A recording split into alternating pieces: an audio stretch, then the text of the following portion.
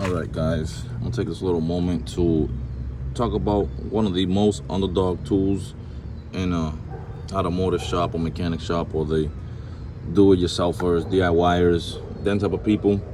One of the most underdog tools in the shop is the car ramps. No one really like, no one really thinks about it until they need it, you know. But like, this was something that like I never thought I would put that much use. But look, right now I'm changing my oil, and this is what's getting me to do my oil change right now.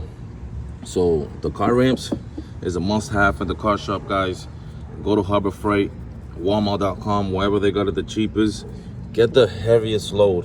You want to always go oversized because bigger is better, right? Isn't that what they say? But I'm not. You want to get the biggest weight rated capacity. Right now, these are the Rhino ramps, and this is rated at 1,600 pounds. So it's more than enough to take on this car. You know, stay tuned, like and subscribe, Rossi Grows, and go out there and get yourself some car ramps. So next time you do your oil change, you can do it with a breeze. And I have to sit there, jack things up, and break it back. You could just drive on up and drive on down. Peace.